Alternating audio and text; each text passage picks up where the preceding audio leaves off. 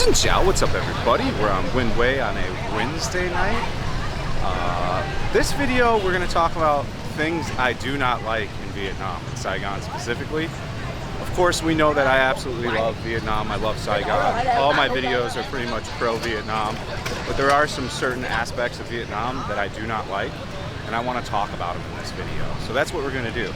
If you haven't subscribed to the channel, what are you doing? Hit that subscribe button, hit that like button, and comment. So, alright. The first thing I want to talk about that I really don't like in Vietnam, and it happens in other countries as well, is child begging labor. This kind of drives me a bit insane. I don't agree with it at all. I don't like it. There's another guy here that pre-COVID he used to go all over Wind Way and like get money for the Alibaba kids and give them money, and it would make zero sense to me because the money he would give to these Alibabas, where do you think? So an Alibaba is a street working kid, and pre-COVID Boi Vien was their special place where they worked. It was usually girls from anywhere from ages 7 to 12 that would work, sell little trinkets and beg for money. And this particular guy would go and take money and give it to them and then think he was doing some kind of good. I think he even went back to a few of their houses and stuff. I can tell you exactly where that money went. It went to mom and dad's habit, and whatever mom and dad's habit is. Now another segment of these street kids that get forced to work all the time. Let's get that thumbnail, baby. Thumbnail. I just love this street because you don't even have to look through a thumbnail, it just comes to you. So like the fire-breathing beggar kids, they're even worse almost. Mom looks like a solid train wreck. She's usually hanging out somewhere on Wind Way or Boi Vien in some corner, and she looks like she definitely has maybe some kind of habit of drugs, habit of alcohol, and the kids have to give her the money after they've collected it after a certain amount of time. So it's all just, for me, it's a very hard pass on the child labor thing. I don't believe in it at all. If you've ever been to Sapa, it's even worse. You'll see the kids dressed up like Hmong, begging for money, selling little trinkets all over. It's absolutely atrocious. I don't support it in any kind of way, and it's something that I really dislike about Vietnam. Now before we get into the rest of this stuff, you have to understand, I absolutely love Vietnam. I like all the things here. But with anywhere, there's going to be things you don't like. So the next thing I want to talk about is traffic. I don't mind it as much these days. Definitely your first year here or two, you could get very pissed off easily if you're driving around a lot. It's just so much different and so much more ruder. No one looks before they, man, I should have my dog out. I might have Miss Green Tube Top getting them digits, even though I'm married. Doesn't hurt. Oh, we got a bench selfie. Bench selfie. So yeah, the traffic can be a bit crazy because what does this chick got? What is this thing? Is it a rat? Mouse? Chipmunk? What is it? Mouse? Mouse. Ah. So that's pretty cool.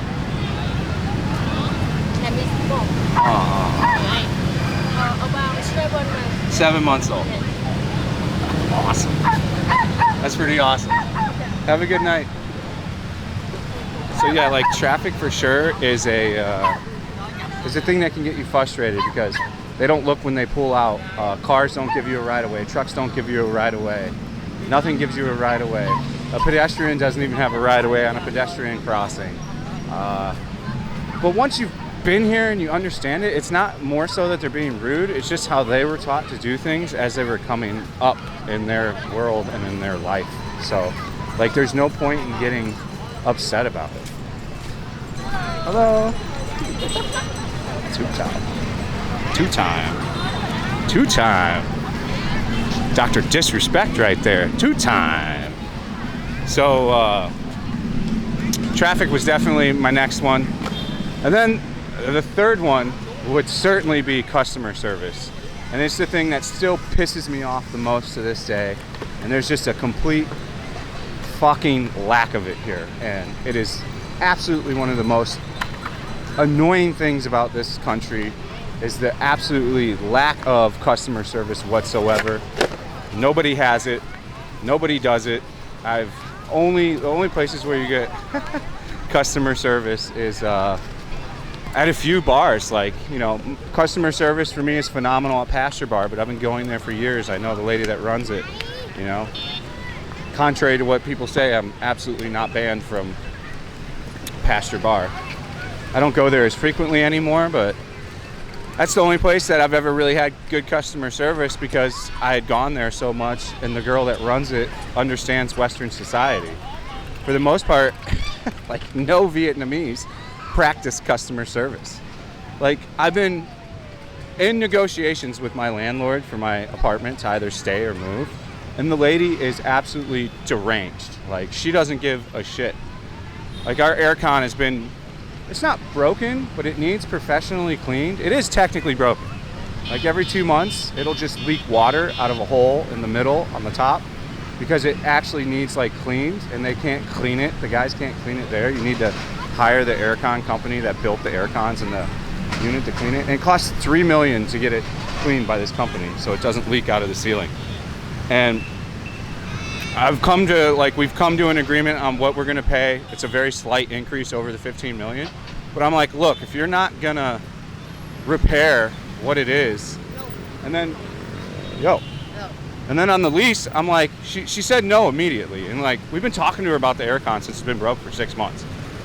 So it's in the lease that she has to fix something, especially if it's a leak, and this is a leak. And finally today, I'm like, just send her the lease contract. Show her where it says she has to repair it. So the lady's like, just leave then. We don't need to re-sign contract. Just leave. And then I'm like, well, tell that lady, it says in the contract, after 5 days of me showing you the problem, if you don't pay it, I can pay for it and then deduct it out of my next 2 months' rent. And we have the last 2 months of rent due. So I'm like, if she wants to play like that, I'll get the aircon fixed. I don't even care if it's for 2 months. I'll get it fixed now, pay out of my pocket, and drop it off the rent that I owe this month. And the lady still didn't care. I mean, absolutely insane bonkers. And then, like, I'm trying to tell the lady, I'm like, look, what do you think's going to happen if you get a new tenant in here? You think when it gushes water out of the ceiling where the coffee table sits underneath and they have a laptop underneath that they're going to be stoked and not make you fix it then? And she's like, I don't care. You talk too much. Just leave. Like, that's the kind of mentality that is here all around. It's the same with like these lady bars, why you don't get too many repeat customers here. A lot of bars, a lot of restaurants. You know, if something goes wrong and you try to dispute it, they're like, no, we're right. F you. Don't come back. I don't care. There's just sleight of hand and like try to rip off to get anything they can get right then and there, and then not worry about any kind of return service ever again, which just absolutely blows my mind. Like, the way that my landlord's being right now, I'm almost out of principle just going to find a new spot. I don't even care that we came up with a good deal. Like, the level of disrespect when we rented from her during COVID, when there was like no expats here and no one would have rented this place, she probably would have been empty for a year. I'm like, she's delusional. And it's not even her that owns the unit. It's her freaking daughter, and she won't let us talk to the daughter. She's some old 85-year-old lady in Hanoi that thinks she knows everything. So I mean, it can be so, it is still to this day the most irritating shit that I deal with here. And like I said again, I love Vietnam, but this is an area where they need to start teaching kids in school that customer service is so important, and it goes a long way in creating a long relationship. It's the same thing with these hotels, like charging crazy extra prices right now. Do you think any customer is going to come back when they go into one of these shitty hotels that they paid $150 for? I know some of you guys like these old French style hotels, but the shit am I gonna pay Rex Hotel $120 a night to be in a 100-year hotel that barely has a reworked bed and a new TV? There is no way. It's just not gonna happen. I'm not gonna be a repeat clientele. I get it, some of you guys like that shit. I'm with you, it's all good. So we've talked about that segment.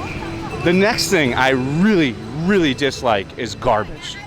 It is absolutely insane. Single-use plastic and garbage probably is the largest problem in Vietnam as a whole. It's super, super frustrating. It's super annoying. You'll see dudes, anyone over the age of 35 does not throw shit in the trash. It just doesn't exist. They don't do it. It is not in their concern. It's not in their wheelhouse. They don't give a shit.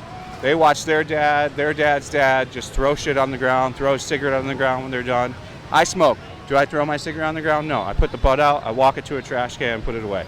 If there's not a trash can around me, I put it in my cigarette pack and throw it away wherever I'm at a place that has a trash. That is not the circumstances here.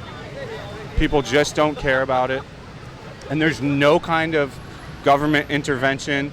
You know, they did tremendous on this COVID thing, but how hard would it be to throw those same resources at being like, let's clean up the country.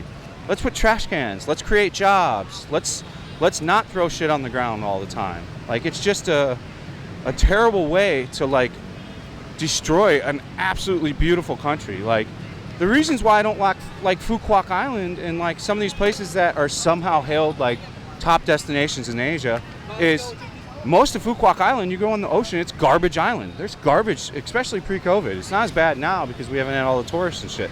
Like, Vung Tau is an absolute shit show. When you go to Vung Tau on the weekend, you go to Back Beach, there is diapers, trash everywhere. There is literally hundreds of kilograms of trash left on that beach on a daily basis. It takes a cleanup crew from like 5 a.m. to 10 a.m. of like 50 to 100 dudes to pick up all the trash that people left that day. It is just mind-bogglingly frustrating. The next thing I really, really don't like about Vietnam is there's no mass transportation system. It's a tremendous metropolis, it's a tremendous city, and there is still no subway. There is still no way to massively move around. I gotta switch batteries. Massively move around. I'll be right back, guys. All right, we're back. Swapped the battery, got right back at it. We're gonna get right back filming. So, yeah, the mass transportation thing's a problem. Some people love the bus. I tried it out. I haven't filmed it yet, but I thought the bus was shit. Sorry, not care for it. It takes quite a while if you're going anywhere far. The buses are like 50 years old. The seats look gross. Wasn't a fan of the bus transportation. I would love to have the subway. Hopefully it does finish sometime by 2024 like they're projecting. And that's just one line. I don't know if you know how lines work on subways, if you've never really taken one. One line isn't really going to do much of anything. Just like in Hanoi, the one line is doing okay, but it's not doing tremendous because it's only one line. So it only goes in a loop back and forth to these destinations. So it's just, it is what it is. I wish they would have worked on it through COVID. I don't know why. They let almost every other apartments and shit get built. Why they couldn't let the subway system get built with COVID testing daily on site, I don't know.